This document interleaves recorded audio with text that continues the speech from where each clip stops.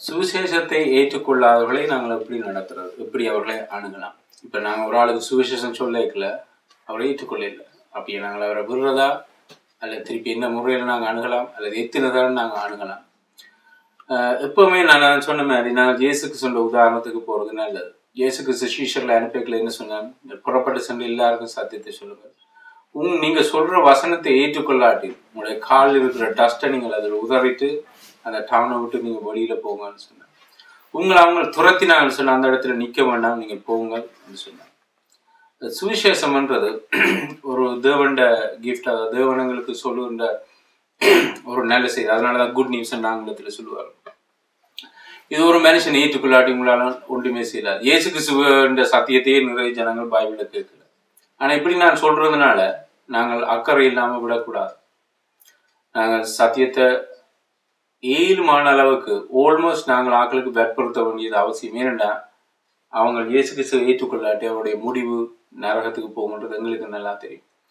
எசேக்கியேல் புத்தகத்தில் ஒரு வசனம் இருக்கு, நீதிமானை நாங்கள் எச்சரித்து அவன் மனம் திரும்பினால் நல்லது, ஆனால் நீதிமான் ஒரு மனுஷனை எச்சரித்து அவன் மனம் திரும்பாமல் போனால், அவன் நரகத்துக்கு போனால் அது அவனுடைய பிரச்சனை.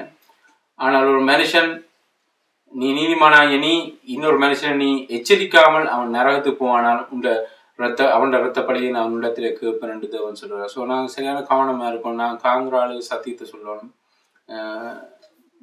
இயேசு கிறிஸ்து கொடுக்கப்பட்ட காலம் குறுகிய இருந்தபடினால அவர் அப்படி சொன்னார். ஆனால் அதனுடைய அர்த்தம் நாங்கள் ஒரு ஆளு சத்தியத்தை ஒருக்க சொல்லிட்டு நாங்கள் அப்படியே காலில் இருக்கிற டஸ்ட்டை தட்டி விடணும் வந்து அர்த்தம் இல்லை. அவள் எப்படியாவது ஒரு மனுஷன் ரசிக்கப்படணும் நாங்கள் விரும்புகிறோம். அவளுக்கு ஜபிக்கலாம், அவரை எப்படி அப்ரோச் பண்ணலாம் என்று நான் பார்க்கலாம். இயேசு கிறிஸ்து நல்ல ஒரு உதாரணத்தை எங்களுக்கு காண்பிக்கிறார். யோவான் 4ஆம் அதிகாரத்தில் அந்த பெண்ணை எப்படி அவர் கன்வெர்ட் பண்றார், ஒரு சமாரிய ஸ்திரியை அவர் எப்படி ரசிக்க பண்றார். பைபிள் வசனம் ஒன்றையுமே அவர் அந்த இடத்துல பேசல. அவர் சாதாரண ஒரு மொழியில அந்த பொம்பளையோட பேசி அவருடைய வாழ்க்கையில் இருக்கிற காரியத்தை வெளிப்படுத்தினா அவள் மனம் திரும்பினால் அந்த சமாரியால் இருந்து நிறைய ஜனங்கள் மனம் திரும்பினாங்க.